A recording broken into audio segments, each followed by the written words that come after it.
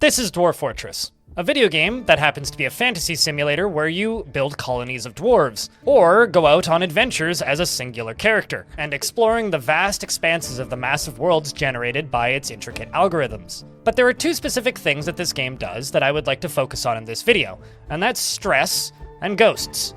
One of the main goals of the game's Fortress mode is to keep your dwarves as happy as possible, displayed here.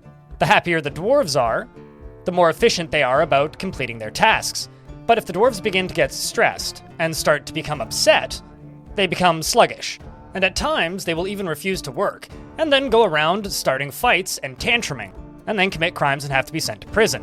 When a happy dwarf dies, and their body is memorialized, all of their remaining relatives become happy. And while they may miss their dead friend or relative, their life will go on as normal. If they aren't buried, they can come back as a ghost. Spook. If the dwarf had a good life, their ghost will be pretty docile. While it will scare the ever-living shit out of anybody who sees it, it's not going to go around wreaking havoc. However, if a dwarf dies in an extremely stressed state and becomes a ghost, because their body was not memorialized, these ghosts can be more troublesome, from poltergeists to murderous haunts. This is the Fortress of Ghost Candy, where I'm going to be exploring exactly how bad ghosts can get. And we're going to be trying to manage a fortress with as stressed a population as possible, to the point where I almost had triple digits by the end of it, of dwarves that were so stressed it was just a walking time bomb of constant fights and violence. So let's rewind back to the beginning and see exactly how we did this, and have a look at just how bad things got. While general danger and external stresses were a goal for this fortress, we wanted it to be interesting from the get-go. So we settled on the Carmine Land, which is a terrifying mountain. There's 3 different alignments for zones in Dwarf Fortress: neutral, good, and evil. Each of these zones has 3 levels of threats, with different names depending on the location's alignment. For neutral biomes, the 3 levels are calm, wilderness, and untamed wilds. And for evil biomes, it's sinister, haunted, and terrifying. The Carmine Land where we settled is split between untamed wilds and terrifying. We wouldn't know right off the bat, but after some time we'd come to learn that anything that died on the Carmine Land would be brought back to life. This includes random bits and pieces of detritus from butchered animals, as well as any dwarf unlucky enough to die. But half of the zone is untamed wilds, meaning a portion of it will not have this effect, just to keep things interesting. But the Untamed Wilds region will spawn bigger, more threatening wildlife. So we kind of get the worst of both worlds. These dwarves have arrived after a long journey from the mountain homes into the forbidding wilderness beyond, and while their harsh trek has finally ended, it's only the beginning of their troubles. It is the year 1000. In the long history of this world, only one dwarven faction has survived the onslaught of goblin hordes, and the human populations died off almost a millennia ago. But for this traveling band of unfortunate dwellers, they have a simple plan in mind: to die. Due to the sheer density of the goblin hordes, these dwarves have lost hope, and have decided that there's no chance that they will ever find the ability to reclaim the land that was taken from them so long ago. So they've decided to become one with their ancestors, or at the very least befriend them. So they've gone to the only place that they think that would be possible: the Carmine Land, and founded the fortress Ghost Candy. There are some simple rules for me playing this fortress. The first is no burying or memorializing the dead. This is going to allow for the maximum number of ghosts to rise from their graves. The second rule is to make sure that dwarves die in stressed situations, meaning I'm going to have to intentionally piss off these dwarves, within reason, because a lot of the more interesting varieties of ghosts in Dwarf Fortress require the dwarves to die in either very precarious, stressed, or upsetting situations. So naturally, the most important thing to begin with is minecart systems. And don't forget the very important process of naming dwarves after Twitch chat. And this dwarf specifically, well, we're gonna need to do something about this happiness and satisfaction they're feeling. They seem way too pleased about the general living conditions of this fortress. I should also note that we brought a pile of goats, turkeys, and cats, because I thought it would fit the theme. And while we were digging downwards and stumbled upon the caverns, some of the cats managed to mistakenly fall into the cave systems. We'll have to give them nicknames at some point. But for right now, they're just lucky delvers. Hopefully nothing terrible happens to them, because they'll never be getting back into the fortress. Anyways, back to the minecarts. I've got a lot of space I need to carve out here, and we're gonna need to get rid of these boulders. that are going to be caused by all of this digging. So I'm going to build a very large open space, which is going to be several layers tall. Then I'm going to direct the minecart track into the dugout space. This is going to be how we redistribute all of our boulders and use them for crafting and bricks and such. And I'll make sure that they fall a couple levels every time they're dropped off, for maximum chance of possible head trauma. We also have to get some farming going because I kind of underestimated how much food we had. And if we don't start soon, our dwarves are going to start getting peckish. As a side challenge, I'm not using any plump helmets in this fortress, so we only get the summer and autumn to grow food. And our time on the surface is going to be brief. I can tell things are going to get dangerous soon. Something in the wind, I think. But anyways, back to digging. Our boulder distribution system is starting to take shape, and the layer below it is getting chiseled out. We even have a stoneworker's shop up and running now. I think this is going to look pretty sick when it's done. So let's build the first minecart route. I'm going to open up the minecart tool and click the new route button. From there, I'm going to add our first stop, which is going to be the end of this track here. I'm also going to start up our second route just up here on the right and name them both accordingly. The second one will also just be placed on the starting track. Next, we have to instruct the minecarts exactly what stockpiles they need to be taking items from. Using this middle button here, I'm going to designate the little stockpile right next to it, which is currently told to only fill with rock salt boulders. There isn't a lot of feedback on these buttons, so when the UI changes, that's how you know you've done it. And as you can see, it now says stockpile 4. I've already made some minecarts, so now we're going to add one of them to this route, and one to the second route as well. Our conditions for the one up on the right is going to be to glide the minecarts to the left, and we can leave all of the percentage of fill on the default setting. And then I'm going to click on the little minecart button here on the left, which is to designate what we put into the minecart. And I'm going to tell them to fill them with all of the other stone varieties, which currently is just rock salt. And now we have to set up the drop-off point for our minecarts. This is the exact same process. Simply click Add a Stop to this route, and then click on the portion of track that you would like to add the stop to.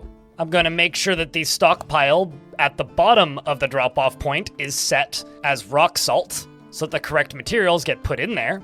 And on the layer above, where we've set the drop-off point, I'm going to construct a track stop and tell it to dump to the north with maximum braking. So the track will stop there, the cart will be pushed until it collides with that location. When it collides with the track stop, it'll automatically empty the contents north into the stockpile on the layer below, and it'll be very easy for us to then instruct the dwarves to head south and back to the original starting location on the route. And while I was pretty engrossed in that project, some dwarves thought now would be a good time to arrive and join the fortress. I guess it's time to give some fresh nicknames from the Twitch chat to the dwarves that are entering the death spiral. I mean, it's pretty happy right now, but that'll change soon, I'm sure. And now seems like a perfectly good time to give our first minecart route a test. It's a total of 2 routes, both using the same endpoint, but having different starting locations and different loading stockpiles. Because they're being pushed by dwarves and not powered by machines, they can pass each other on the walkways freely. And it'll keep these dwarves busy with good, old-fashioned, monotonous, boring, uninteresting, unfulfilling jobs so that they can slowly sink into their depression. And it seems to be working flawlessly. Excellent.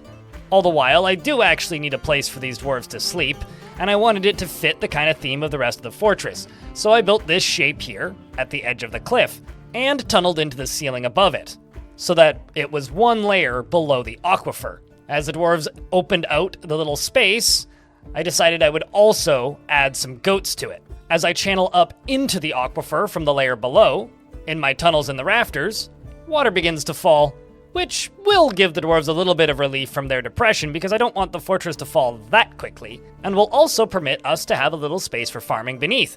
For the goats, of course. I'm sure that'll smell great. And old Obak here, the fortress expedition leader, is beginning to make the grates for the project, and he seems quite annoyed at the lack of mugs. Well, it wouldn't be a fortress without mugs or chairs, so we'll have to satisfy that as well. The depression will come soon enough, and it seems that the kittens are already starting to take over the fortress. Our population was dominated by cats when we arrived. I don't expect that to change. And we also still have to pretend to be an actual fortress, so we have to trade with the dwarves at the mountain home. Well, now's a good opportunity for me to get some nice wood stockpiles set up. Maybe Credence will play this time, and the logs fill up the minecarts nice and quickly, and get them redistributed. Should probably also have a peek at how the kittens in the caves are doing. Well, I found one of them, and we're gonna name him Splunky so that he's easier to find in the future. The moisture seems to be filling our first dormitory nicely, and the beds and the chairs and tables are now underway. The first year of Ghost Candy is coming to a close, and for the most part, I would say it's been a pretty productive year. Population has gone up, somebody's happy, and the goats are looking nice and at home in their new puddle of mud. The cat population is skyrocketing, including the breeding pair down below. This is Dropper, the other one that we found. And the expedition leader, known as Dusk, is finding this chaotic mess preferable to the boredom of harmonious living. But there's much work to be done yet, and lots of stone still needs to be excavated, and then loaded into the minecarts inevitably. Get to work, dwarves. Fortunately, some new migrants have arrived. Hopefully some of them bring pickaxes, and then we can speed up this digging process. And the first dwarf is clearly very greedy. He wants more, so bad. He is a gem cutter. He must be used to a life of wealth and luxury. Well, this is going to be a rude awakening then. He also dreams of ruling the world. Well, let's give him a nickname. Hello, Lanix. Twitch chat regular and YouTube chat moderator. Woo! Anyways, back to the digging. And of course, we will continue engraving new minecart routes. Because down below this little nifty area right here is a whole lot of magnetite ore. We'll be using this to make iron, and then eventually steel. It seems our impatient expedition leader Dusk is still quite annoyed about the lack of goblets, but he is content being near a waterfall. He also claims to have been well. We're doing a terrible job making a horrible fortress, it seems. At least he's still embarrassed about the lack of chairs. You shall sit on the floor until I decide to make you a table and chair, dwarf. Because there's many tasks that need to be completed first, such as digging this very important tunnel, down to the ore of iron, known as magnetite. And of course, it'll have a minecart route next to it. And look, there's some gold. More dwarves are getting named, just so that they're more memorable when they get turned to dust by the unkillable and inevitable hordes of ghosts. But there's none on the horizon just yet. We've got time to spare. It is worth noting that a lot of these new migrants have huge family trees. I think it's got something to do with how old the world is. Might be worth noting if you want to dig into individual dwarves' history. Make an older world.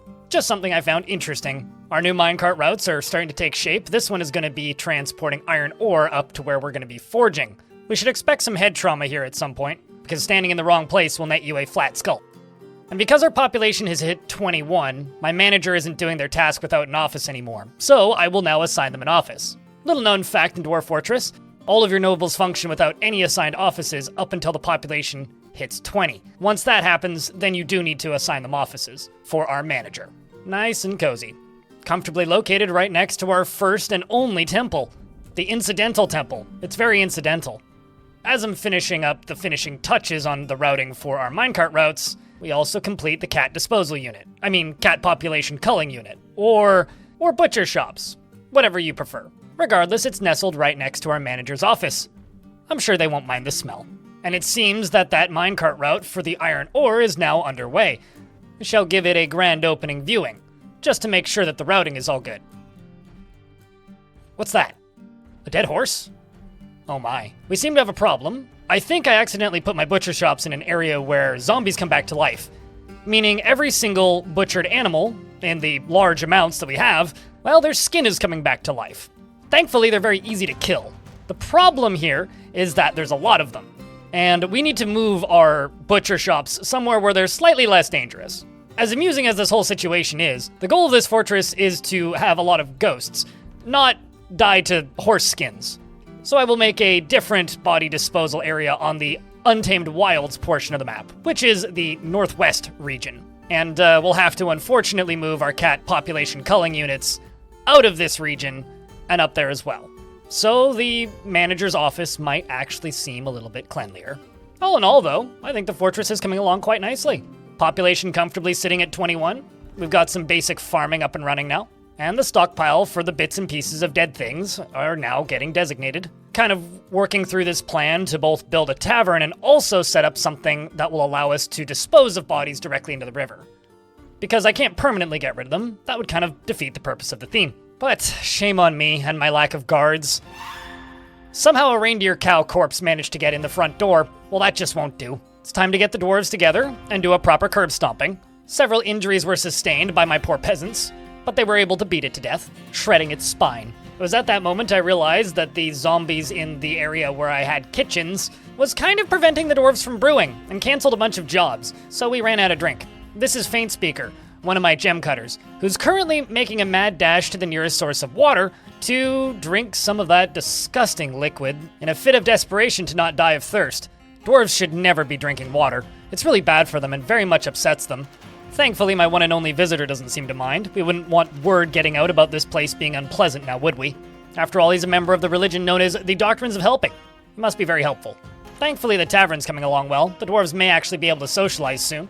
And it seems as though we have our first strange mood of the fortress, possessed by unknown forces. Some of the more violent ghosts can only appear if the dwarf that died had created an artifact after a possession, so this is exciting for the future. But it's going to be a simple one. Draugr here has only grabbed a singular iron bar. Just a few moments later, we see the notification stating what the artifact is, and it's an iron door. That'll make a fabulous entrance for our new tavern. I even gave a completely unrelated dwarf a similar nickname to celebrate. Our militia captain is now named Iron, after the great front door of our tavern. He's always tense and jittery, could be considered rude, does not go out of his way to help others, and is greedy. But he dreams of mastering a skill. I think he'll do just fine as our captain. We're also beginning to run into some troubles. There are some birds up on the surface, Trisulperigons, which are all undead. And it appears that the population has just gone from 22 down to 21. And we have our first death, Dusum, who was pushed backwards into the water by an undead peregrine falcon. And drowned. Unfortunate. Thankfully, my upstart military dwarves can punch the thing to pieces. Moments after they finish the beatdown, I tell them to run back underground. It's dangerous up here in the sun, because we need some way of properly dealing with these zombies. We're gonna make straight lines of cage traps. And if we're lucky, maybe we'll be able to catch some giant animals from the Untamed Wilds region, which we can then tame and turn into our own pets. With a door at the end of the hallway, and some clever work with burrows, it shouldn't be too difficult to kite things back and forth. This will buy us some time for the military to be better than just a bunch of recruits, and hopefully have some decent gear on them as well. We're making swift use of that iron ore after all. We're also digging downwards towards an area where I saw a whole lot of fluxstone, one of the most necessary materials, and it is used in the creation of steel, which is one of my next planned projects. But the threats on the surface are my prime concern currently, and we have now dug up to the surface to allow the zombies to theoretically crawl, roll, or hobble their way towards the fortress. But some of them seem to have found more creative ways to enter instead. But this jackass recruit decided to instead take a nap, and is now getting repeatedly clawed in the head. Before you die due to grievous head wounds, let's just hope that the rest of the military arrives to your aid, which it seems they do. Thankfully, my soldiers actually have weapons now and whack it to death. However, backup arrives and saves the recruit's butt. You didn't deserve that one, but we'll let you have it this time. Because of that recruit's poor mistake and taking all those scratches to the forehead, I'm gonna actually have to build a hospital. Ain't that silly? Well, maybe we can also build some sort of catacomb or morgue alongside of it. I'm sure it'll add to the aesthetic. There wasn't much going on the surface at this exact moment, as most of the zombies had been caught in cages, so I decided to let the dwarves outside to both get some fresh air and gather some fruits and vegetables from the surface. Because, you know, no plump helmets and all that. And we spotted a very rare sight indeed, a dark gnome. And not just any dark gnome, an undead dark gnome who's decided he is now aquatic, who's sitting in the river. Fascinating. In fact, there's several of them. Enough of the distractions, we shall continue working on this hospital, because we're probably going to need it. It also seems we've got more undead visitors. Best keep the soldiers on patrol. Honestly, the timing of these winged bird folk zombies attacking is pretty unfortunate, because all my dwarves were out on the surface, and as the patrols were running around cleaning up what they could, in a gruesome combination of dark gnomes and zombie bird people, we found the corpse of Nomul, clearly had passed, fighting with one of the various undead creatures. Remain forever restless, dwarf. You're the second to die, but the second of many. And one of my herbalists decided to get into a tussle with some birdman, who also seems to be my medical dwarf. Chief medical dwarf. Well, hang in there, dwarf. Hopefully we can rescue you sooner than later. Of course, we'll have to actually finish getting that hospital up and running first. And it's still got a ways to go. There's many scary threats on the surface, and I'm not quite willing to let my dwarves run up there, so it highly depends on what happens in the next little bit and what wanders onto the map. But for the time being, I'm just kind of hoping that Dusum, the chief medical dwarf, decides to stand up of his own accord and wander into the fortress, and get some of my doctors tending to him. With all of this death and commotion, we're really going to need our corpse disposal set up, but it's coming along nicely. I'll explain how it works in a bit, but this system's pretty cool to see up and running. It involves linking this floor grate made of rock to that pressure plate over there, which is made out of a single mechanism. And then once the two are linked together, I'm sorry, Bembul. Not too long ago, we had another migrant wave, and so I wasn't really looking at the population counts, but it appears that Bembul has died in his hospital bed after succumbing to wounds from an assassin on the surface. Starting to feel a bit real here, hey? Not sure if it was starvation or infections from the many wounds. Well, we best get to work on that morgue.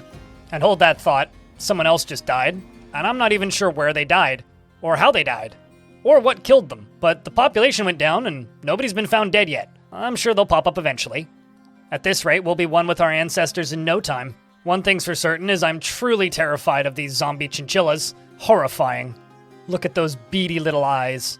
And as we stare into the beady pupils of these lifeless creatures, we notice something on the horizon. 2 ghosts have risen in my fortress. Dusum and Bembul. We'll have to give them nicknames that suit them. Dusum is hanging out by the craftsdwarf shops and still, and Bembul is up here in the walkway, next to the minecart tracks. And it seems that Bembul likes to throw things around. In fact, I think they threw an axe. Well, I for one welcome our new roommates, our 2 unalived friends, and only one name would fit that. YouTube comments and Twitch chat. Welcome to the Legion of Dead, my friends. You can hang out with the cat corpse in the basement and the caged zombies by the minecart depot. In the meantime, we'll still have to trade with the elves and purchase that giant hyena and remind ourselves that this place can't be so bad because people keep trying to move here. Best let them in. I wasn't able to catch it on camera, but while these migrants were moving in, we caught a giant porcupine, which in the background I got trained to the point of being semi-wild. Hopefully it'll be friends with our giant hyena. As the migrants arrived, I had to tell our soldiers to go stand up on the surface and defend it so that they could make it in safely. They all look super thrilled with their life choices, and I decided to make the smart choice and not let them spend too much time on the surface, as there are big scary things about. Back down into the clouds of cats, you bearded dwarfs. We have giant pets of our own that we now need to pasture. I assign the semi-wild stray giant porcupine and the tame giant hyena. And as the porcupine is being delivered to the animal pasture, something horrible happens. It forgot its training and murdered the dwarf who was handling it. Faint speaker, full of quills, and the horrific beast took the name Uzol Lidon, the giant porcupine. Thankfully, I had some pre-planning and caught it without much trouble in a cage trap. Dusk cleaned up the body himself, all the while feeling empathy as he was being cried on by unhappy citizens. Must have been friends of Faint Speaker, or relatives perhaps. It's a shame, really. Faint Speaker will get a prized place in the morgue. But soon, many more bodies will line the walls of this beautiful structure, next to our hospital. But the tales of ghost candy are only just beginning, and the still living dwarves in this fortress have many things they must complete before they too can join their friend Faint Speaker in the morgue, such as filling up mine carts with rich gems and distributing them onto the bone crafts, and encrusting incredible amounts of wealth into the bits and pieces harvested from the creatures above.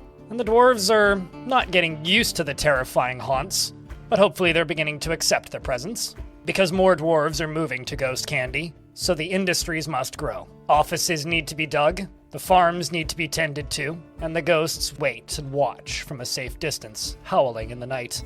2 seasons have passed since the death of Faint Speaker, although the dwarves are sure they can hear him howling in the walls, and the great porcupine has been set to be slaughtered after serving its sentence in a cage. Without skipping a beat, the dwarves butcher the creature and begin making the most of its meat, bones, fat, and skin. Moments later, the dwarves have even created leather from its hide. And for the dwarves that die and come back and are unlucky enough to be tossed into a cage trap, they get tossed down into the caverns. If you're quick, it's extremely safe as well. Even a child can complete the task. This was the reincarnated arm of Faint Speaker, which exploded as it collided with the ground. A few more months passed, and the dwarves decided that it might be worth digging into the caverns, as the surface was proving to be a bit too hostile for regular logging operations, and if the dwarves wanted to harvest enough wood to make charcoal and create steel, the great caverns had a healthy supply of mushroom trees. So the dwarves took their artifact door and connected it to a lever, with the intent of using it as a switch to be able to lock the creatures out of the fortress if things got too hairy. But only mere seconds after unlocking the door and mining through the wall, they were flooded with zombified cats and kittens. Must have been the offspring of Dropper and Splunky. But moments later, the dwarves were fortunate enough to be able to slam the door shut with the use of the lever. However, It would only be a few moments before the door mysteriously opened back up. Must have been ghosts, no doubt. Fortunately, the military was patrolling nearby, and were able to slaughter the initial wave. But the splattering volley of guts and viscera blocked the mechanisms of the door, so it could not be reclosed. In a fit of panic, the dwarves decided to try and simply seal off the caverns, and make a different attempt later. But large numbers of the military were deep in the caverns, and many cats were scampering into the caverns to try and kill the cave spiders and zombified kittens alike. While the friendly tame cats seemed to have the advantage, the zombies' numbers were great, and the screeching hordes of undead running towards the gate made construction and walling off the entrance a mighty challenge indeed. But after some time, and a lot of luck, the dwarves finally completed the wall. The dwarves would have to find another source of wood. Perhaps they would import it from the traders instead, and keep an eye on the surface for whenever things seemed safe, so that they could sneak upstairs and snipe some wood from the trees. Many visitors were beginning to arrive at the fortress, as the tavern had been completed and had been opened to the public. Many bards and travelers from around the world were visiting Ghost Candy and asking to become citizens. The dwarves, in a flattered sense of confusion, said yes, absolutely, welcome to our death trap. And day-to-day life in Ghost Candy wasn't terrible. I mean, assuming you could stomach the constant undead and death, at least there was many kittens and cats that needed petting, and many dwarves were making a decent life here. And since enough cats had finally been butchered and there was enough piles of viscera that needed to be thrown out, I can finally show you how my trash disposal works. So this right here on the left is a refuse stockpile, and bodies stockpile. This stockpile automatically loads into this minecart. When the system is triggered, a dwarf comes and kicks it down the hill, which then rolls to the left, hitting this pressure plate right here. When the pressure plate is tripped, the stone grate opens. When I constructed the pressure plate, I set it to only be triggered by minecarts. So when a dwarf comes down and recollects the minecart and places it here on the track stop, which automatically dumps all of the garbage out and onto the grate so that it can simply fall straight down, the dwarves then push the minecart over top of the pressure plate once again, causing the grate to close and resetting the whole system. You could also automate it with drawbridges to automatically crush stuff down below, or simply put it above lava. This is quite a safe method to dispose of garbage without risking your dwarves' lives. It's also fully automated, which is quite nifty. And decomposing bodies inside of minecarts do not produce any miasma. Good job, Urist. Thanks for the demonstration. Hold on a second, stop. I would like to interrupt this video with a real quick message. This is a crowd-funded channel, and I do not accept any corporate sponsorship. If you'd like to support this channel directly and help me continue to create this type of content, the best place to do that is on my blog. The basic tier is free, allowing you to get a once-a-week email from me talking about what I've been working on. Sometimes that's previews of videos to come, and sometimes it's extracurricular things, and sometimes I write about games that I enjoy. I do also have paid tiers similar to Patreon, except I get 100% of the cut. If that's something that's interesting to you, there's a link down in the description of this video, or you can simply go to the URL blindirl.com. But if you'd like something physical, for this video specifically, I have a limited edition mug for sale. It looks something like this. That can be found at my Fourth Wall shop. Should be in the pinned comment in the description of the video. And also, by popular demand, I've brought back the Gore Tusk mug. Link in the description. And let's continue. So where was I? Right, yes, the dwarves are making a decent life for themselves here. Constructing many buildings, laughing at the were-camel that can't get in because the doors are locked, who also appears to have killed the entirety of his musical performance troupe and a bunch of his friends. Look, see? They're all here at the corner of the map, in a pile of books and bodies. Well, since there's free books on the surface, once the pesky camel is gone, we should probably make a library soon. As the dwarves were patrolling to make sure the space was safe after the camel had left, the dwarves truly managed to lose their minds and began nicknaming ghosts of all things. It was here that we discovered that ghosts were capable of not only having full memories of their lives, but also changing their personalities and personal tendencies after death. Kind of wild. And as the dwarves wandered back into the fortress, something grim happened. The dwarf Havoc, who was a miner, was found dead, contorted in fear. This is what happens when a murderous haunt has arrived. One of the most dangerous varieties of ghosts. Murderous haunts have the ability to scare dwarves to death. They're not as mischievous, such as the ones who possess dwarves, but instant death in fear is a hell of a way to go. looks like it was Faint Speaker, who, hold on a second, not only killed the dwarf Havoc, but also Oily Paddles? Okay, pause. Rewind for a second here. Oily Paddles is the translated name of the giant porcupine that killed Faint Speaker. It took me almost a year to butcher that porcupine, yet Faint Speaker is credited with the kill. Scrubbing back through the VODs, it doesn't look like Faint Speaker even got a hit in on the creature. The creature simply gored him to death, moments after Faint Speaker finished putting him in the pasture. How the hell did you get credited with that kill? That's terrifying. Well, dark times are coming soon for the poor dwarves of Ghost Candy. It seems that the discovery of this ghost has caused some panic amongst the dwarves, and somebody else immediately got possessed by another ghost, and was quickly executed by the mob of dwarves. That possession caused the dwarf to spontaneously go berserk, a horrifying turn of events. At this point, I fear it's all downhill, and the inevitable snowball of ghosts is beginning. But we mustn't delay trading with the elves, who've arrived once again, and are agreeing to sell us this giant kitty cat. Dosh snugglies! I'm sure it'll get along with the little ones. The tavern is rather busy, the cat population is in the hundreds, and the caverns are turning out to be their own levels of terrifying, with giant cave toads, trolls, cats, kittens, and Gorlax all fighting in a merciless free-for-all. But caverns be damned, because the fortress has its own problems. Saigon, the bone carver, has been found dead, contorted in fear. And once again, it's the work of Faint Speaker. Some people must appreciate the work of the fortress, however, as Amaxu Seduce Graves has decided to move in, for the purpose of entertaining citizens and visitors. Well, last name checks out. Welcome, Goblin. And I must stress that we are truly the villains here. At some point when I was walling off the caverns, a mother and baby were locked down with the creatures, and now we've got Ghost Baby Noble. I feel terrible. Oh well, at the very least we have a library set up, and the dwarves will be able to read all of the lovingly reacquired books from the surface. The dwarves are also learning a lot of cultural differences between the dwarves and goblins. In fact, the goblins are offering their early histories to the dwarves. The tales of the ape demon, Stoso Filth Ivy, the Spurting Years, becoming the master of the Hollow Deceiver. While this may be our arch nemesis and evil enemy, it is lovely that the dwarves are sharing such cultural discussions with the goblins. Thank you, Goblin Dancer. A few weeks later, as I was setting up a new barracks for my military, it happened again.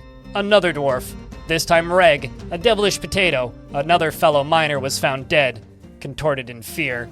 It seems that this ghost simply hides down where he died, and then whenever a dwarf goes to this particular craftsdwarf shop to make a craft, they get their internal organs removed. Or at least, most of the vital ones. Another one for the pile, it seems. We'll see you soon, potato. But work must go on, and the industries must grow. The cat bone amulets must be sold, and as the years go by, the dwarves did in fact begin importing wood from the mountain home. At least the ghosts are having happy thoughts, accepting the injuries that killed them, remembering learning to dodge, and remembering giving birth to a girl. Some of these ghosts seem to be enjoying the afterlife, as they watch on while the dwarves complete constructions, and the population skyrockets, and the guild halls take shape. Yet another dwarf was found contorted in fear, dead by the hand of Faint Speaker. Thighcut is the most recent victim of the ghostly specter. But the fortress must continue, and we will all join Faint Speaker sooner or later. Some dwarves go insane in this commotion, and die of dehydration and self-abuse. Others choose to work and maintain the fortress. And some dwarves have lost so much hope that they're sending their babies out with the trash, only to then dive in themselves moments later. The population of specters is rising, causing some dwarves to lash out in physical hostility, such as Draugr here, flailing and tantruming and fighting with the nearest cat. The dwarf attacks everybody who's close by and everything. But it seems the captain of the guard didn't take too kindly to this crime, and swiftly executed him. And just like many before him, Draugr too will go out with the trash. But no matter how bad things get, more migrants continue to arrive, and the fortress continues to grow. It doesn't matter how many are killed by the ghosts and general insanity. Even the expedition leader, Dusk, isn't immune to the madness that he's created. having his heart ripped from his chest by Faint Speaker. Goodbye, Dusk. You created this, and now you will live here and rest here for all eternity. Faint Speaker has now killed a total of 7 and is showing no sign of stopping. In fact, Faint Speaker claimed another victim, Lanix, the Gem Cutter. A damn fine dwarf in their own right. So much for ruling the world. Thankfully, the dwarves do have some healthy hobbies, such as throwing dark gnomes and goblin prisoners down into the caverns to be consumed by whatever still lives down there. All we hear is screams, so we can't quite be sure. And of course, construction is a regular hobby of the dwarves, working on a new front entrance. Just in time for some goblins in a siege to try it on for size, swiftly dispatched by the dwarven squads, led by Bone Dolphin, a very talented axe dwarf. She hacked at the goblin crossbowman in the left lower leg with her iron battle axe, and the severed parts sailed off in an arc, destroying their great horned owl garments and bashing the goblin in the lower leg with the side flat of her axe. She screamed how fragile we are. Begone, fear. But there was more goblins heading towards them, ghosts watching on in the distance. And could someone go get their baby? I mean, he's right there. He needs a pickup. Thankfully, zombies are good for something, and in this case, it's distracting the goblins with a zombie cat.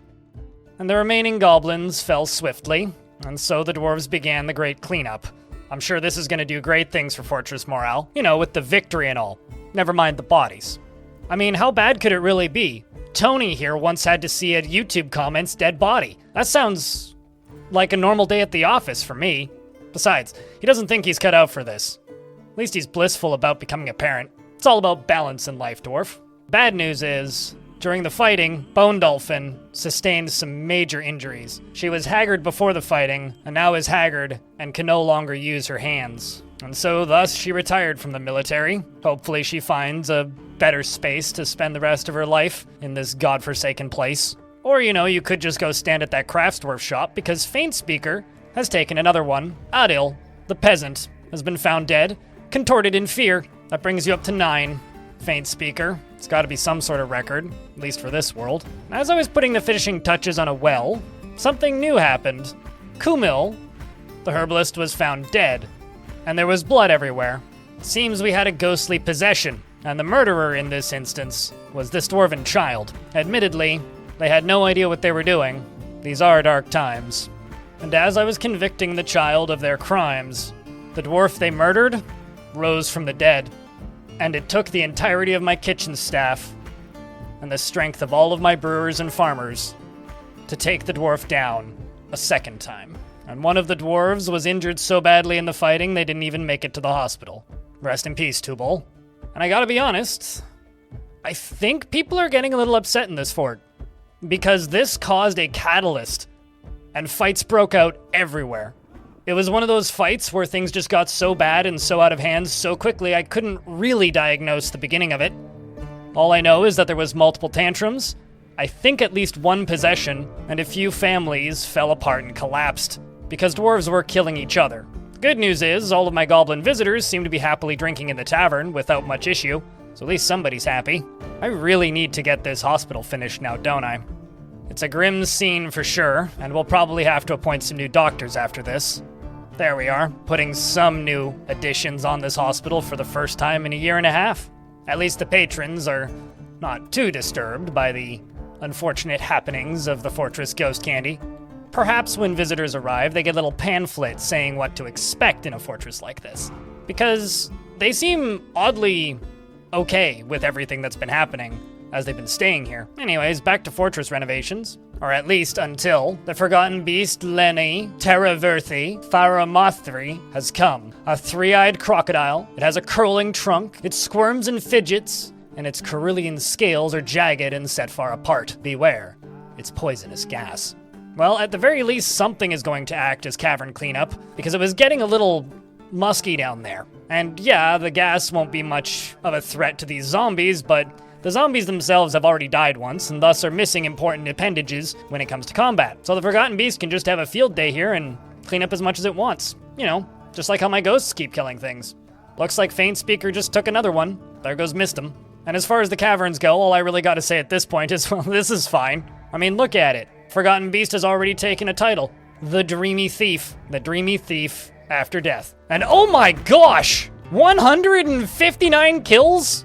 I look away just for a second to check up on a ghost that killed a dwarf, and you do that? How many zombies were down there? Well, I guess now we know. And don't worry, another force of mild annoyance has arrived. Just gotta wait for all of the injured hobbles to get into the fortress, open the back gates, wait for the goblins to quietly wander in, and let the very harmless thieves come around the corner so that the dwarves can turn them all into red paste. A task that they have gotten very good at, mind you. None of them like their jobs, they're all saddened, but that doesn't take away from their skills with an axe.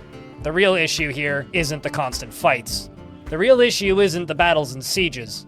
The true issue, and the true fear, and the true danger of this fortress are the dwarves themselves.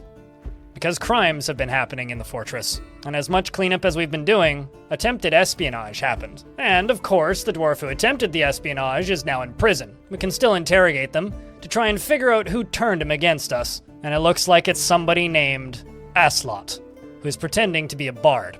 Thankfully, he's still here. Don't look much like a bard, equipped with a spear and shield. Our captain of the guard has his work cut out for him. Lots of people to arrest, interrogate, and chat with. And with all the commotion, I will be completely honest, I've been missing a few things and getting a bit disorganized here, which is why Rovad has gone berserk. I failed an artifact, it seems. Good news is, nobody important got injured, because no matter how bad things get, the fortress must go on, and no matter how good things seem to be for a moment, nil. The bone carver was found dead, contorted in fear. Another kill for Faint Speaker. And during all of the madness, another artifact began, and Tholteg, the bone carver, has created Nen Tuk Thur, a jagged dwarf bone helm, and offers it to the ghost trap. A grim piece, but a reminder of our crimes here. Even Tholteg seems ashamed, having killed a dwarf by the name of Erdim to commit such an atrocity, to create such a vile artifact. She feels such guilt that she's going to report the crime that she committed herself, and was swiftly brought to prison. Her husband and only son shall be alone for some time. Her baby seems to be wandering around aimlessly, as they do. Typical absent father, which is almost as adorable as this giant wombat that just mauled somebody to death right here. Rest in peace. Thankfully, dwarves have pickaxes, and pickaxes are pointy, and they did a pretty swift job of actually hacking the thing to pieces. And Sazir the Miner claims, Ezum is really dead. Oh, I guess that's who that was. I'm not feeling sad right now. You know, dwarf? Same. And something a little bit different has just occurred. The dwarf Rovad, the ghostly herbalist, battered Olin, the spinner. Now, this is a bit different than a dwarf being found dead, contorted in fear. When a dwarf is battered, it doesn't usually kill them, but it can permanently maim them, usually quite violent, and involve the removal of non-vital organs, limbs, or appendages. Moments after that happened, I also realized I had this monkey climbing up the cliff face, so I sent my soldiers over to go put it out of its misery, and the second we cut through that wall, the were-camel, Stasost Dostber, has come. A large were-camel, twisted into humanoid form. It was crazed for blood and flesh, and it consumed this child. Only moments later, it turned around and murdered a second, and then turned its sights to Tony, ripping off his shirt. But instead of biting him, and instead of killing him, he simply whipped him with the shirt several times, before becoming a goblin again and running away in fear until he got caught in a cage trap. Truly, I don't know what came over that goblin, and why he didn't simply have a third meal. Maybe he knew there was no way out, and was already full. Well, Tony, you should thank your lucky stars. Unlike Bone Dolphin, who was found dead moments after, contorted in fear. Considering you had no use of your limbs, I call that mercy. Thank you, Faint Speaker. You've done us a service. And I know I haven't really talked much about my minecart routes since the very beginning of the video, but things are getting a little nuts over here. Most recently, I added one down in layer -9 for loading up gold. These children are getting some early life strength training loading this minecart. Strength training they're surely going to need if they're going to survive any amount of time in this fortress, because one of my doctors was found dead, and it appears that there's a giant tavern brawl breaking out. I'm not sure what started it once again, but there's blood everywhere. And because I'm definitely curious, I don't know if you're wondering, but it seems our Forgotten Beast here is up to 300 total other kills, and 17 of them are now notable, including a Forgotten Beast that I didn't even bother mentioning. The remnants of that brawl were pretty bad. Several dwarves have perished from the fighting in the tavern, succumbed to their wounds nonetheless. Yes, I've expanded upon the hospital, but it's still not perfectly well appointed, honestly kind of by design. I'm curious to see just how much worse things can get, and as things are just starting to calm down from that tavern brawl, another vile force of darkness arrives. I will mobilize whatever soldiers I have, there isn't many, and just kind of sit here and hope that that baby gets out of the walkway, and also hope that this dwarf, Zhang, manages to get into the fortress, although I'm not super hopeful, because they're probably just going to die to that goblin and this zombie bird person. But I will try to be the good Samaritan here, and send my squads outside to defend. Headed up by the captain of the guard, Tekkud, also known as Big Hair, the dwarf dies anyway. But at least we can say that we tried. And because the squads were already partially outside, we just completely committed. But no matter how quickly the dwarves ran, the good Samaritan Tekkud, who just wanted to help save a life, was slain by the goblins. The rest of the squads were too late. Perhaps we'll see Big Hair again soon. Rest in peace, Tekkud. And at this point, we have no shortage of goblin criminals and prisoners.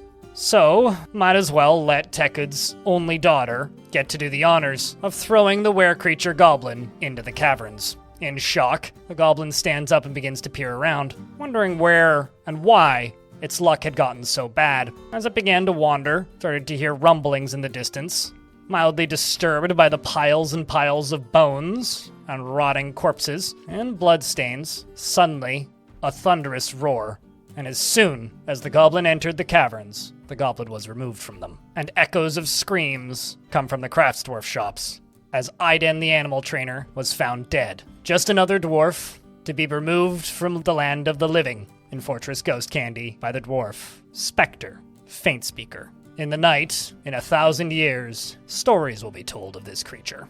Or, at least, I like to think so. By the way, do you like my massive collection of turkeys? And would you look at that? Another ghostly baby. In Dwarf Fortress, there are many different personalities that the ghosts can have. And at this point, I have enough ghosts in the fortress to showcase a few of them. The first one is the obvious one, Faint Speaker. Faint Speaker is a murderous ghost. Murderous ghosts are caused by a dwarf perishing who either had a fell mood or had a really low altruism stat. Or, if their slab or grave that they had been buried in has been destroyed. Some more examples. Thob, the violent ghost. We have a few of these in the fortress at this point as well. Violent ghosts are what happens if a dwarf died whilst berserk, or was naturally a very angry person. That's where these batterings come from, and where internal organs and limbs can be removed. The last example I have here is Dakost, the howling spirit. Howling spirits are caused by a dwarf perishing who went stark raving mad or was extraordinarily easily stressed. Howling spirits simply scream in the walls and make dwarves generally grumpy due to bad nights of sleep. A rare usage of Dwarf Fortress is noise mechanic. In total, there are 11 known personalities for dwarven ghosts. If you'd like to learn more about how they're caused, I will link to the Dwarf Fortress wiki page, Ghosts. There's quite a lot of variety in their personalities, especially the energetic poltergeists. Back to the fortress, because the dwarves have just discovered the Magma Sea, and along with it, some mysterious walls studded with gems. And this lucky discovery happened only moments before an angry gang of Blue Jay men attacked the fortress, flying up and in through our trash disposal, which was a little awkward. And then, after a polite discussion, Bomrek, being the rightful heir, has inherited the position of Baroness of Labor Name, which is some unrelated fortress, owned and operated by our dwarven faction, which is very far away from here. And because of this, any other faction who we're trading with, who has issues with us, can now send diplomats to complain, which the elves promptly did. Can't you tell that we have bigger problems than your needs of the trees? I get it, you speak for the trees, but like,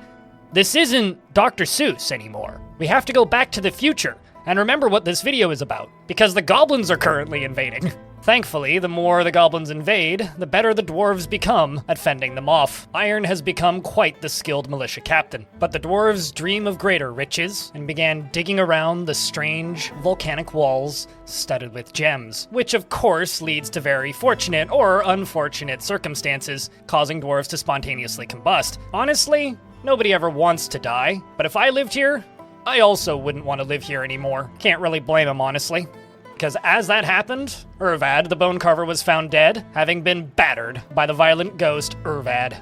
the once bone carver. Not only that, the ghost killed the dwarf while she was holding her 1-year-old baby, who says Daga. I presume he's talking about a knife, wanting to stab that ghost most likely.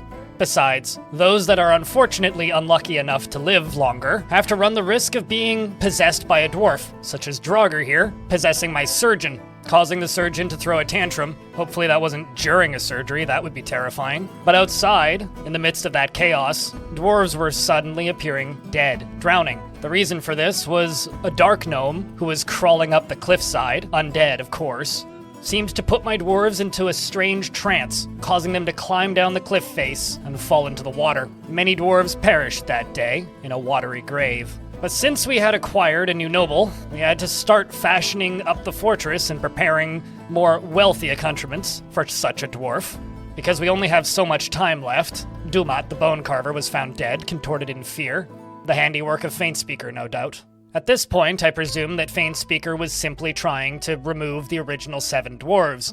Havoc, Dusk, and Potato had all been added to that list of kills. Remaining were Darius, Bonesaw, and Bannerflags. But at the very least, the dwarves had stuff to be proud of in this fortress. Ignoring the absolutely stellar opinions most of them had of their lives, the fortress was quite well appointed, especially the forges. And the new temple complex was coming along nicely. But there was no shortage of possessions, tantrums, and inevitable deaths. Some dwarves were then arrested for their crimes, regardless if they started the fights knowingly, or thanks to the trickery of the ghosts. And other dwarves would then proceed to murder the dwarves that had been put into the prison cells, causing more ghosts. Not even the prison cells were safe. And personally, I find it really ironic that in the midst of all of the chaos, the dwarves are actually becoming rather skilled doctors, and recently demanded a union. I will build their guild hall. I'm not sure what good it'll be. Perhaps now I can finally complete the expansions on that hospital. I don't even have excuses anymore. Because it doesn't matter how good the hospital is if you're dead the second you see the thing trying to destroy you. Such as Datan, who was also found dead, contorted in fear. If nothing else, dwarves are consistent creatures, and no matter how upset the average dwarf was, they must dig deeper. And dig deeper, they did, because the wealth and riches were simply unknowable, and the treasures discovered were unimaginable. It's a shame that most of them are sized for humans, a pathetic race. Many of them are extinct, and the rest remain enslaved by the goblins. Perhaps we will find more treasures that we can use, if we dig deeper, if the lava doesn't take us first. And as we chipped away at the rock faces, we unleashed the echo of a forgotten, divine retribution. The creation of a god made in anger. The chaotic enforcer, Hammerman, emerged from the rock walls. An eyeless humanoid with wings of stretched skin. A bitter creature. Its crimson skin was sleek and smooth, effortlessly destroying the miner who discovered it, moving on to a second victim. But when it attempted to create a third victim, it had met its match. Iron, the militia commander, had emerged from the caverns to fight the creature. As the duel began, he swiftly hacked the chaotic enforcer Axeman with his steel battle axe, and even though it was deflected, that did not sway him. He proceeded to hack the chaotic enforcer a second time in the lower body with his steel battle axe, which tore apart the muscle and emptied its guts onto the floor. A putrid stench, but it meant that the creature's days were numbered. Skillfully, Iron destroyed the creature, putting it down. Yet he sustained some horrific injuries. With a little bit of luck, they will heal. Otherwise, Iron's days may be numbered. And as the ghastly haunt of our old militia captain emerged from the blackness to begin observing his successor, a comforting sound echoed through the hallways. The mountain home had arrived once again, and it was time to trade. The crowds of dwarves flooded the hallways, bringing their fine crafts to the trading depot. And understandably so, the mountain home was ecstatic with the amount of riches bestowed upon them. But all those riches come at a great cost, because they just cracked through the wrong boulder and unleashed yet another echo of forgotten divine retribution. Another chaotic enforcer had risen from the depths. The miner who discovered the creature, Mebzuth, was running away in fear. Understandable, to be honest. I'd do the same. But every attempt at defense the dwarf made was in vain. The creature chased him down and executed him. And only moments later, the creature executed a mother and her baby. Rith, the child, heard a commotion and went to investigate. only to be met by what could have been an unfortunate fate if it wasn't for the militia, who arrived. The hero's Saigon confronted the creature, doing his best to hold off the onslaught. But only moments later, he would realize his mistake as his limbs sailed off. He lost a leg and his teeth. Thankfully, some backup arrived, but it was no use for old Saigon and the friends who attempted to save him, as most of the initial dwarves who attempted the rescue would perish. Many soldiers' lives for the life of a child. Typical dwarf fortress. How typical. Eventually, though, the soldiers were able to best the creature, but even after it fell, it claimed more victims, and some of the dwarves even came back as zombies. So, the soldiers knew that they would have to stand here and wait, in case more of their dead rose. God forbid the chaotic enforcer stands up again.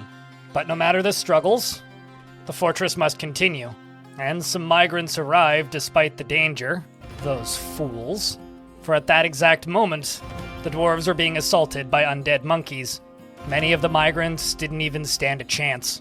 It quickly filled the hospital up once more, and anger of the unfortunate situations surrounding the migrants caused yet another massive brawl. And Athel the Armorer was also found dead, completely contorted by fear. No matter the cost, no matter the peril, there is always a light deep down below, as the dwarves have discovered adamantine. Praise the miners. Perhaps our soldiers will be strong enough to take on the goblin hordes. Yet, we still must join our ancestors. Might as well do it in the glory of battle. Unfortunately, the dwarf who made the discovery also discovered a bunch of lava and burst into flame. Sorry, Mebzith. It's a bit of a shame, honestly. Best get to digging. We don't have all week. As the dwarves began to equip their newfound weapons of dwarven superiority, they decided it was time to assault the goblins and begin to steal their livestock. Of course, this meant that the dwarves were more or less left lawless, and the fighting continued. One of the treasures discovered in the great depths was appointed to Moses, Iron, the militia commander, which was a glistening, godlike metal flail, a whip to end all foes. The dwarves were now beginning to equip their steel armor, adamantine shields, and steel weapons. The nature of the great fortress Ghost Candy was to be expected. After all, the dwarves were here because they wanted to die. Or at least, that's what the starting 7 told each other. Very few of them remained, but the goal of the fortress was the same. Against all odds, we must dig deeper. We must become one with our ancestors, clean up the destruction and the messes, learn to live with the terrifying ghosts, and whenever there is a disruption, we must crush it with all of our dwarven might. Because the riches and wealth and glory gained from the willing destruction of our fortress is worth the cost. The ability to finally take the fight to our enemy and assault the goblins, the artifacts we've created, and the spoils we've pillaged. No matter the cost, no matter the threats, and no matter the stupidity. The dwarves of Ghost Candy knew what they had signed up for, and were ready to face it head on. It was time to assault whatever lay below, defending the valuable gems and adamantine. They manufactured cave-ins and uncovered treasures beyond all imagination. They watched creatures emerge and take many lives, but they always remained victorious. They offered punishments to the goblins who wronged them, only for them to disappear off into the darkness of the caverns, because the forgotten beasts had seemingly lost interest.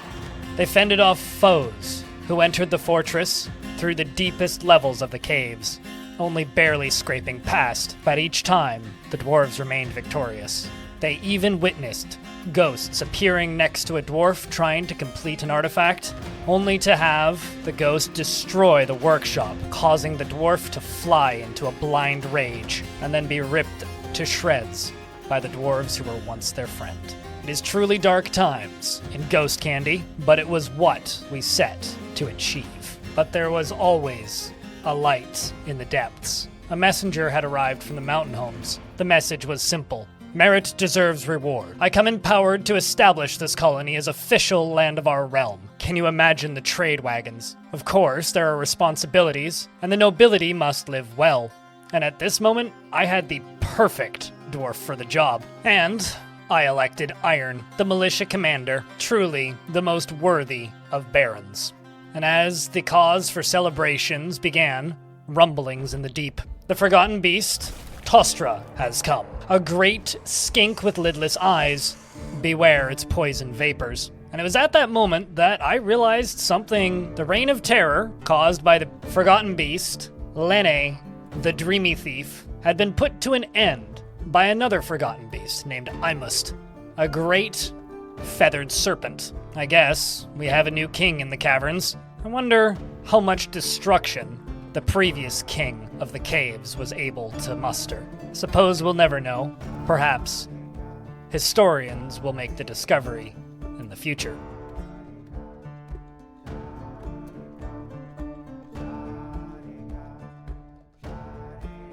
At this point, I was kind of just throwing my hands up. I'd been playing this fortress for roughly 40 hours of gameplay time, and things were an uncontrollable mess. Between the fights, the various brutes, the tantrums, and the assassinations, I just kind of accepted the fortress was going to die. Granted, this was my goal from the get-go, so I decided to not take any safety precautions when it comes to digging or dealing with threats. Not that the dwarves seemed to mind, because they continued to migrate to my fortress, knowing that it might be their tomb.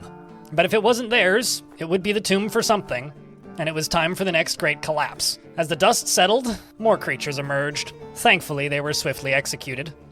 My carelessness certainly didn't help things. More fights broke out. Dwarves would tantrum, get possessed, start fights, and repeat. Every couple of seconds, a notification would pop up saying another dwarf had passed, and our new rank in society meant that I definitely had to renovate some portions of the fortress, such as moving the trade depot. And the hospital was about as well appointed as it was going to get at this point. But it didn't matter. As long as the fighting continued, it would be full. I even had to set up patrols to counteract the tantrums and bad actors. It's very rare that I set my own military on my own dwarves, but I had to at this point. This was the worst it got. Currently, there is 92 dwarves with maximum anger. Up until this moment, I'd never seen a fortress this pissed off, and this still seemingly stable. If it wasn't for my careless digging, I could have probably kept the fortress going considerably longer with this level of distress, which I find kind of astounding. But sometimes you really have to look at your dwarves and think, what do they want? This is Zas, the wife of our Baron, Iron, moving through the fortress, rescuing injured dwarves. What does she want? Probably an escape from this place. So that's what we will give them. We will give them an escape. Because if we don't, the goblins will take to our weaknesses and destroy us in combat. I set the squads to station in the usual spot, but many dwarves decided that they wanted to acquire weapons from the surface. This was due to my own carelessness. The first dwarf to exit the fortress and attempt to take on the goblin hordes all on their own was Zassit. She took out a good few of them, charging forwards through the goblin invaders with the Baron Iron at her side, championed by cave dragons, and the ability of her dwarven brethren. During the fighting, she became a High Master Axe Dwarf. Focused on her end goal, her, and the dwarves next to her, destroyed the goblin siege. And moments after the fighting quieted down and the siege ended, something horrible happened. Iron was found dead, contorted in fear. Faint Speaker had struck once more, bringing his total amount of destruction wrought on the fortress up to 25. I knew that Zassit would take over the militia after that, but the fortress was lost, and from here things got worse. One dwarf even died due to being struck by the minecart that disposed of the corpses. An order was given to a brave dwarf to pull a lever and push the mining shafts even deeper. And with that, we discovered yet another, perhaps even a final, echo of forgotten divine retribution, as well as something evil, which had emerged from the newly exposed pocket. The horrific creature executed the few dwarves that it could find, waiting for the militia to challenge it in combat. The dwarves did their best, yet the dwarf who would eventually best the creature would succumb to his wounds before being given the chance to gain the glory from such a momentous achievement, taking down a demon in single-handed combat. But that was the least of the dwarves' concerns, because moments after that creature fell, a forgotten beast wandered through the back door, and it was a towering three-eyed moth.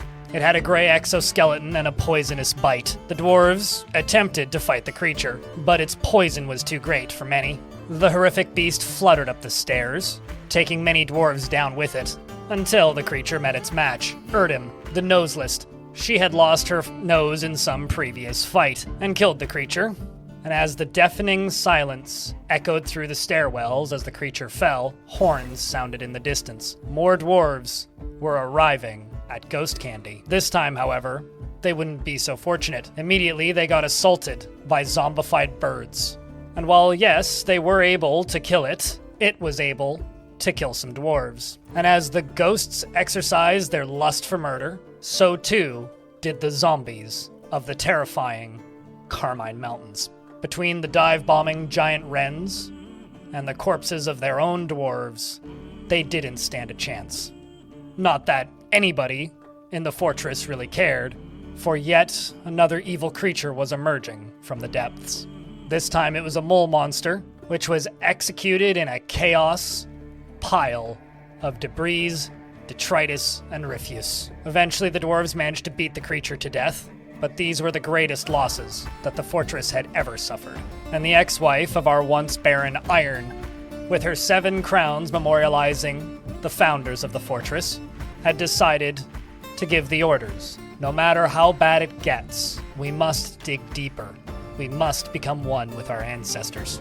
While Zos was not convinced she'd be able to satisfy the original intentions of the fortress, she knew she didn't want to live here anymore, because those who did not die in the fortress died outside of the fortress, and the stench of the pile of bodies was distinct and pungent, and the hordes were beginning to conquer the surface. So when the horns sounded of the next goblin siege, they simply left the doors shut and waited for them to die to their own hubris. Adamantine was being extracted from the raw ore, weapons were being crafted, and more unfortunate souls were being ended. I also wanted to include this because I also had a fell mood which happened in the background, and it seems the dwarf Monom decided to kill a goblin and created a spiked goblin bone ball. It was pretty unremarkable outside of that. I just thought it was very funny. So after having a good laugh at that, I figured I would check in with the few starting dwarves who were still alive, one of which being Bonesaw. She lost her nose quite some time ago. Darius was also still alive, but it was just the 2 remaining. And once again, the dwarves discovered a threat from below. This time it was an earwig monster. Thankfully, Zasit and her squad were able to quickly dispose of the vile bug. But only moments later, a mole monster appeared.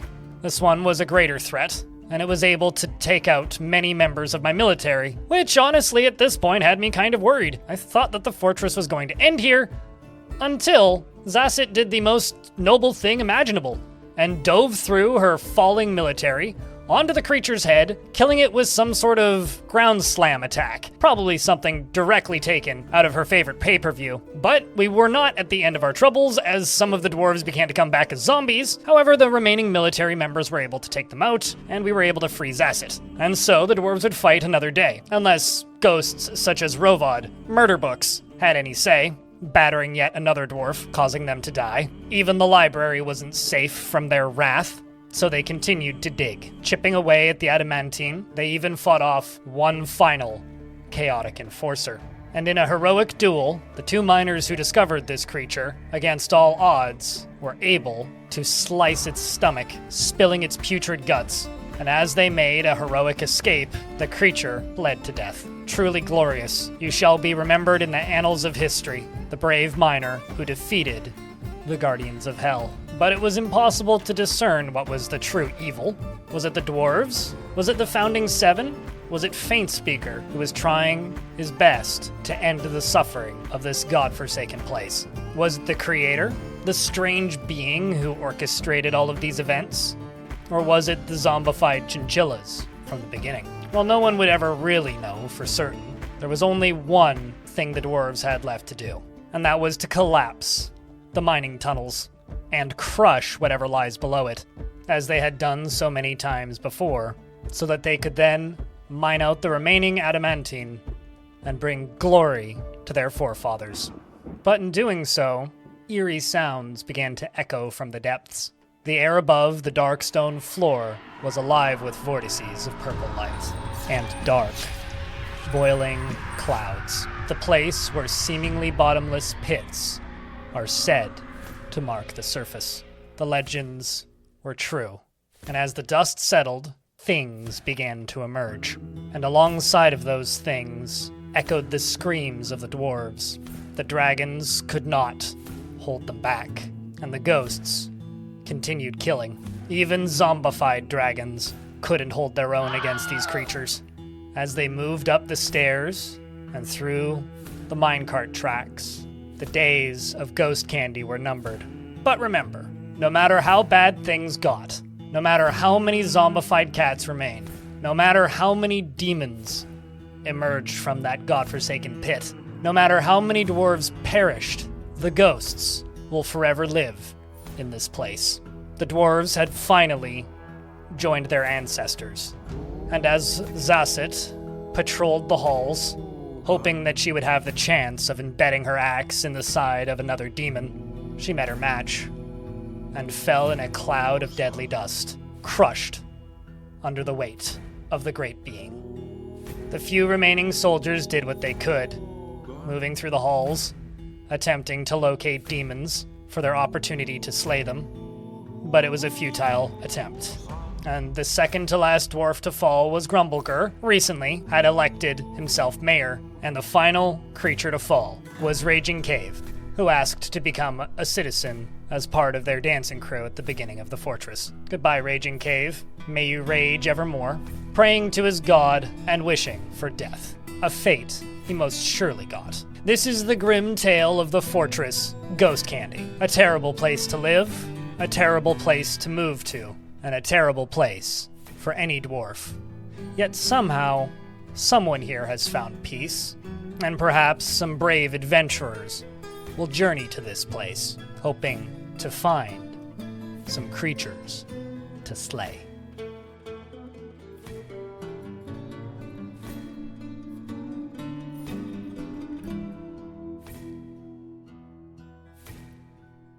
All right, that's it. That's the fortress. You made it to the end. I've got a couple questions that people ask me that I would like to respond to. But before I do that, I would just like to say, when you leave a comment on this video, if you use the word spooky with no context, I'll know you made it to the end. And I know I say that kind of as a gimmick, but seriously, do leave comments, because it does help the YouTube machine go round. We gotta keep the lights on here somehow. So let's dive into these questions. I got a question about magic systems being added and my interests in them. Personally, we can already sacrifice things as a cult. I mean, I did it in a previous video, but most of that is just roleplay nonsense. As far as magic goes, I'm excited for it, but I don't think I'm as excited as everybody else. Dwarf Fortress and video games in general have a way of hyping people up, and that helps you build expectations and expect certain things and certain types of systems, and I think that's how people build disappointment. So whatever I'm excited for when it comes to Dwarf Fortress is just literally whatever's being worked on next, which currently is getting Adventure Mode out of the beta branch and into the mainline branch, and then it's those Lua modding changes, and then of course the slow drip feed of the Myths and Magic stuff, and Siege update and map update and all that stuff that used to be like singular update arcs, but are now going to be small individual patches. I'm curious to see what those take shape and look like, but I'll be excited for them when I know what the content is going to be. I got this one about my next big project idea, and I'll be honest with you, if you think that I plan things, you're giving me too much credit. I have a few forts that are in storage that I need to edit because I've got all the footage for them, and a few adventures that I need to edit because I've got all the footage for them, but realistically, I tend to come up with the next big project idea the morning of. I'd like to have some ideas, though. If you can think of something reasonable, let me know down in the comments section. Johnny asks if you can become the king or leader of multiple civilizations. A simple answer is no. Complicated answer is you can take over them, but no, you cannot become the king or leader of multiple civilizations. This one isn't really a question and more of a statement that they don't feel that Dwarf Fortress is as deep as they thought after spending some time in their first fortress, and this is why I think the depth of Dwarf Fortress is beautiful. Dwarf Fortress is a game that has extraordinary mechanical depth that can be completely ignored by the player. But if the player is curious and they go digging, and I don't even mean that as an allegory or a pun. If you go digging into the game, and you keep playing, and you keep exploring and continue poking the systems, you will continuously uncover new workings and ways that things fit together. And to me, that is the beauty of Dwarf Fortress. Is it deep in the same sense that XCOM is a deep tactical game? No. Is it complex in the same way that StarCraft is a masterful strategy game? No. But it's deep in the sense that it is one of the most convincing and interesting fantasy world simulations ever built. And that's why I enjoy the depth of Dwarf Fortress. Is it always going to result in the most interesting moment-to-moment gameplay? Not really, but it's the game's innate ability to help me interact with my childhood creativity that I lost so long ago playing League of Legends on ranked ladder nonstop. It's the fact that this game has managed to allow me to reignite that curiosity, to explore and find things, and dig deeper. That's what makes Dwarf Fortress special, to me at least. But at the end of the day, it's not for everybody, and as my Twitch chat loves to remind me, it's a niche game. We shouldn't expect more people to be interested in playing it. All that being said though, I hope you enjoyed this video. The amount of stuff I had to cut out at the end especially is a little bit nuts. I had 19 hours of footage crammed down into the last 15 minutes. The reason I cut so much was a lot of it was just brawl after brawl after brawl, or siege after siege, or Forgotten Beast after Forgotten Beast, or demon after demon. So if you're gonna do any exploring into the VODs on my VOD channel, I do recommend you watch the last VOD I posted of this fortress. Or the last two, because I actually broke that last stream up into 2 parts. Regardless, the whole playlist is linked in the description, so if you're interested, give it a peek. Once again, do check out the limited edition mug. It'll be available until the 31st of this month, at which point it will vanish from my store. And to those of you who asked me to bring back the Gore-Tusk mug, there is also a link to the hidden listing for that mug in the description of the video as well. Thank you very much for watching, and I hope to see you sometime in the near future, either on Twitch or YouTube. Thanks for watching. Pum, pum. Pum, pum.